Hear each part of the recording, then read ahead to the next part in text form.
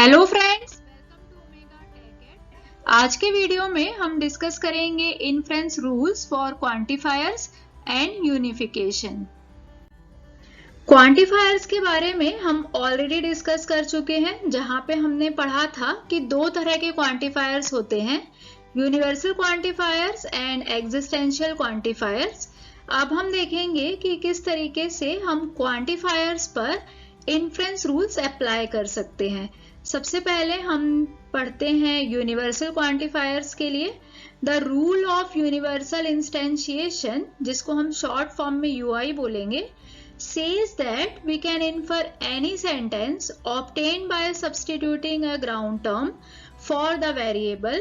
It can be applied multiple times to add new sentences. इसे हम एक example से समझेंगे। Suppose our knowledge base contains the axiom stating that all greedy kings are evil, means for all x, king x and greedy x implies evil x. यहाँ पे for all है, means ये universal quantifier का example है। अब ये हमारे पास knowledge base में दिया हुआ है एंड सपोज हमारे पास नॉलेज बेस में जॉन है, तो हम इजीली इन्फर कर सकते हैं king John and greedy John implies evil John. यहाँ पे हम जॉन को x की प्लेस पे सब्सटीट्यूट कर रहे हैं, और जब हम जॉन को x के प्लेस पे सब्सटीट्यूट करेंगे तो इजीली इन्फर कर सकते हैं कि जॉन इज इविल। ये जो रूल हमने यहाँ पे अप्लाई किया है, इसी को हम यूनिवर्सल इंस्टेंशिएशन रूल बोलते हैं, क्योंकि according to universal instantiation we can infer any sentence obtained by substituting a ground term for the variable। तो यहाँ पे हमारे पास ग्राउंड टर्म था जॉन। ग्राउंड टर्म का मतलब होता है टर्म विदाउट वेरिएबल्स। तो जॉन एक कांस्टेंट है और इसमें कोई वेरिएबल भी नहीं है। तो जब हम ग्राउंड टर्म को वेरिएबल से रिप्लेस करते हैं, जैसे फर्स्ट सेंटेंस में जो वेरिएबल था वो x था, तो जब हम वेरिएबल के प्लेस पे ग्राउंड टर्म सब्सटीट्यूट करते हैं तो हम इजीली किसी भी सेंटेंस को इन्फर कर सकते हैं। यूनिवर्सल इंस्टेंशिएशन हम मल्टीपल टाइम्स अप्लाई कर सकते हैं और इसका यूज करके हम नॉलेज बेस में न्यू सेंटेंसेस ऐड करते हैं। जैसे कि अगर हमारे पास नॉलेज बेस में रिचर्ड है, तो हम रिचर्ड्स के लिए भी बोल सकते हैं king Richard and greedy Richard imply evil Richard. अब यहाँ पे हम x की प्लेस पे रिचर्ड को सब्सटीट्यूट कर रहे हैं। सिमिलरली अगर हमारे पास फादर ऑफ जॉन है, तो उसके लिए भी हम इन्फर कर सकते हैं king father of John and greedy father of John implies evil father of John. Means यहाँ पे कोई भी हमारे पास ग्राउंड टर्म दिया हुआ हो, नॉलेज बेस में हमारे पास कोई भी ग्राउंड टर्म हो, उसको हम वेरिएबल के प्लेस पे सब्सटीट्यूट कर सकते हैं। तो फॉर्मली हम इसे इस तरीके से रिप्रेजेंट कर सकते हैं।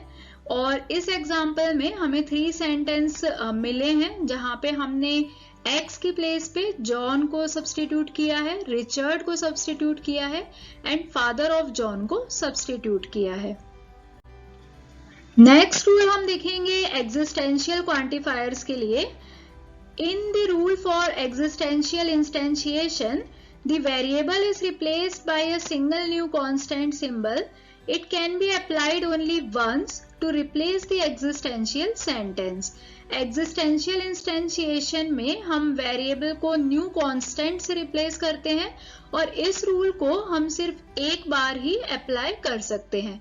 तो जो मेन डिफरेंस है यूनिवर्सल इंस्टेंशिएशन और एग्जिस्टेंशियल इंस्टेंशिएशन में, वो ये है कि यूनिवर्सल इंस्टेंशिएशन रूल का यूज हम नॉलेज बेस में न्यू इंफॉर्मेशन ऐड करने के लिए करते हैं, इसीलिए उस रूल को हम multiple number of times apply कर सकते हैं और वहां पे हम वेरिएबल को ग्राउंड टर्म से रिप्लेस करते हैं। जबकि एग्जिस्टेंशियल इंस्टेंशिएशन में हम वेरिएबल को सिंगल न्यू कांस्टेंट से रिप्लेस करते हैं और इस रूल का यूज हम जो ऑलरेडी हमारे पास सेंटेंस हैं उनको रिप्लेस करने के लिए करते हैं, इसीलिए इस रूल को हम सिर्फ एक बार ही अप्लाई करते हैं। फॉर्मली हम बोल सकते हैं कि अगर हमारे पास कोई सेंटेंस है अल्फा और उसमें वेरिएबल है v, तो हम v के प्लेस पे कांस्टेंट k रख सकते हैं और कंडीशन यहाँ पे ये है कि k does not appear elsewhere in the knowledge base। तो k का यूज कहीं और नहीं होना चाहिए, मीन्स नॉलेज बेस में k कहीं और अपीयर नहीं होना चाहिए। अब इसे हम एक एग्जाम्पल से समझेंगे। There exist x, crown x and on head x, John। तो there exist है तो ये एग्जिस्टेंशियल क्वांटिफायर का एग्जाम्पल है। अब इसमें हम देखेंगे कि वेरिएबल कौन सा है, तो वेरिएबल यहाँ पे x है, मीन्स यहाँ पे हम x की प्लेस पे कोई कांस्टेंट सिंबल रख सकते हैं। तो हम x की प्लेस पे रखते हैं C1। तो we can infer the sentence crown C1 and on head C1, John as long as C1 does not appear elsewhere in the knowledge base। तो इस तरीके से हमने जो वेरिएबल था x उसके प्लेस पे सब्स्टिट्यूट कर दिया है new constant symbol C1। The existential sentence say there is some object satisfying a condition and applying the existential instantiation rule just gives a name to that object। और यहाँ पे हम जो कांस्टेंट सब्स्टिट्यूट करते हैं, जैसे कि हमने यहाँ पे C1 किया है सब्स्टिट्यूट, तो इस कांस्टेंट को हम स्कोलेम कांस्टेंट बोलते हैं। Next is unification.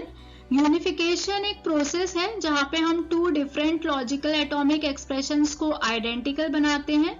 जब हमारे पास टू डिफरेंट एक्सप्रेशंस दिए होते हैं तो उनमें हम कुछ सब्स्टिट्यूशन करते हैं और सब्स्टिट्यूशन की हेल्प से हम टू डिफरेंट एटॉमिक एक्सप्रेशंस को आइडेंटिकल बनाते हैं। सब्स्टिट्यूशन का मतलब होता है एक वेरिएबल को अनदर टर्म से रिप्लेस करना। तो यहाँ पे हम टू लिटरल्स लेते हैं as a input. Two literals का मतलब होगा टू सेंटेंसेस। तो दो सेंटेंस, दो स्टेटमेंट हम लेते हैं, उनमें हम कुछ सब्स्टिट्यूशन करते हैं और सब्स्टिट्यूशन करके हम उन सेंटेंस को, उन लिटरल्स को आइडेंटिकल बनाते हैं। The unify algorithm takes two sentences and returns a unifier for them if one exists। अब फॉर्मली हम इसे इस तरीके से रिप्रेजेंट कर सकते हैं। Unify p, q is equal to theta where substitute theta, p is equal to substitute theta, q। यहाँ पे p and q atomic sentences हैं, थीटा सब्स्टिट्यूशन है। मीन्स अगर हम सब्स्टिट्यूशन फंक्शन थीटा p पे अप्लाई करते हैं और same substitution function theta q पे अप्लाई करते हैं तो हमें सेम प्रेडिकेट मिलेगा। मीन्स जो दोनों स्टेटमेंट हैं p एंड q वो आइडेंटिकल हो जाएंगे। इसे हम एक एग्जाम्पल से समझेंगे। हमारे पास फर्स्ट स्टेटमेंट दिया हुआ है px, y एंड सेकेंड है p a, f of z। यहाँ पे जो प्रेडिकेट सिंबल है वो सेम होना चाहिए, जैसे यहाँ पे p एंड p है, और नंबर ऑफ आर्ग्यूमेंट भी सेम होना चाहिए, तभी हम सब्स्टिट्यूशन कर सकते हैं। तो यहाँ पे दोनों ही सेंटेंसेस में नंबर ऑफ आर्ग्यूमेंट्स 2 है, तो यहाँ पे हम सब्स्टिट्यूशन कर सकते हैं। तो फर्स्ट सेंटेंस है हमारे पास p x, y और सेकेंड जो प्रेडिकेट है वो है p a, f of z। तो इस केस में अगर हम सब्स्टिट्यूट करते हैं x with a and y with f of z तो ये दोनों ही सेंटेंस आइडेंटिकल बन जाएंगे। मीन्स हमें x की प्लेस पे a सब्स्टिट्यूट करना है और y के प्लेस पे f of z सब्स्टिट्यूट करना है। तो इसको हम रिप्रेजेंट करते हैं a/x and f of z/y। तो इस तरीके से जब हम सब्स्टिट्यूशन करते हैं तो ये दोनों ही सेंटेंस आइडेंटिकल हो जाएंगे। With both the substitution, the first expression will be identical to the second expression and the substitution set will be a/x, f of z/y। तो सब्स्टिट्यूशन सेट को हम इस तरीके से रिप्रेजेंट करते हैं। पहले हम लिखते हैं a, मीन्स जो चीज हम सब्स्टिट्यूट करते हैं उसे हम पहले लिखते हैं। जैसे हम इसमें भी देख सकते हैं थीटा, p लिखा है, थीटा, q लिखा है। तो जिसे हम सब्स्टिट्यूट कर रहे हैं उसे पहले लिखते हैं और जिसके प्लेस पे सब्स्टिट्यूट कर रहे हैं उसे हम बाद में लिखते हैं। तो यहाँ पे हम इसे रिप्रेजेंट करेंगे a/x। तो इसका मतलब होता है कि हम x के प्लेस पे a को सब्स्टिट्यूट कर रहे हैं। सिमिलरली f(z)/y मीन्स हम y के प्लेस पे f(z) को सब्स्टिट्यूट कर रहे हैं। knows John, x is a predicate और क्वेरी है हमारे पास whom does John know। तो यहाँ पे जब हम यूनिफाई एल्गोरिदम अप्लाई करेंगे तो यूनिफाई एल्गोरिदम नॉलेज बेस के सभी रिलेटेड सेंटेंसेस को सर्च करेगा जो कि knows John, x के साथ यूनिफाई हो सकते हैं। तो हम कंसीडर करेंगे कि नॉलेज बेस में अलग अलग सेंटेंसेस हैं और हम यूनिफाई एल्गोरिदम अप्लाई करके देखेंगे। तो फर्स्ट जो हमारे पास स्टेटमेंट है वो है unify knows John, x, knows John, Jane। अब यहाँ पे अगर हम फर्स्ट सेंटेंस में x के प्लेस पे जेन सब्स्टिट्यूट करते हैं तो दोनों ही स्टेटमेंट आइडेंटिकल बन जाएंगे। फर्स्ट स्टेटमेंट बनेगा जॉन नोज जेन और सेकेंड स्टेटमेंट भी है जॉन नोज जेन। तो इस तरीके से x के प्लेस पे जेन सब्स्टिट्यूट करने पे हमें दोनों आइडेंटिकल सेंटेंस मिलेंगे। सेकेंड स्टेटमेंट है unify knows John, x, knows y, bill. अब यहाँ पे दो वेरिएबल हैं और दोनों ही सेंटेंस को आइडेंटिकल बनाने के लिए हमें दो सब्स्टिट्यूशन करना पड़ेगा। अगर हम x को बिल से रिप्लेस करते हैं मींस x के प्लेस पे अगर हम बिल सब्स्टिट्यूट करते हैं और y के प्लेस पे अगर हम जॉन सब्स्टिट्यूट करते हैं तो ये दोनों सेंटेंस आइडेंटिकल बन जाएंगे। फर्स्ट सेंटेंस बनेगा जॉन नोस बिल और सेकेंड सेंटेंस भी बन जाएगा जॉन नोस बिल। थर्ड है unify knows John, x, knows x, Elizabeth. अब यहाँ पे यूनिफिकेशन फेल हो जाएगा क्योंकि यहाँ पे अगर हम x के प्लेस पे जॉन सब्स्टिट्यूट करते हैं तो बनेगा जॉन नोस जॉन और सेकेंड बन जाएगा जॉन नोस एलिजाबेथ। तो दोनों ही आइडेंटिकल नहीं बनेंगे। और इसी तरीके से अगर हम x के प्लेस पे एलिजाबेथ भी सब्स्टिट्यूट करते हैं तो भी सेंटेंस आइडेंटिकल नहीं बनेंगे। तो यहाँ पे जो मेन प्रॉब्लम है वो ये है कि दोनों सेंटेंस में सेम वेरिएबल यूज हुआ है।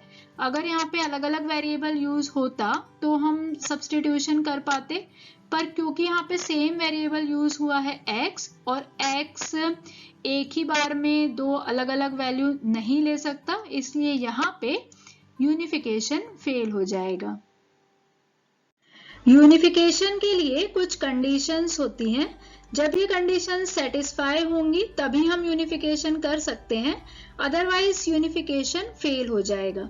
फर्स्ट कंडीशन है predicate symbol must be same. Predicate symbol same होना चाहिए। अब जैसे यहाँ पे दो स्टेटमेंट हैं लेकिन दोनों में ही प्रेडिकेट सिंबल अलग अलग है, एक में नोस है और दूसरे में ब्रदर है, तो यहाँ पे हम यूनिफिकेशन नहीं कर सकते, यहाँ पे यूनिफिकेशन फेल हो जाएगा। सेकेंड कंडीशन है number of arguments in both expressions must be identical. Number of arguments identical होना चाहिए। यहाँ पे है hate Mary and second statement में है हेट मैरी, जॉन। अब यहाँ पे प्रेडिकेट सिंबल तो सेम है, दोनों में ही हेट हेट लिखा हुआ है, लेकिन नंबर ऑफ आर्ग्यूमेंट्स डिफरेंट है। फर्स्ट में एक ही आर्ग्यूमेंट है जबकि सेकंड में 2 आर्ग्यूमेंट्स हैं।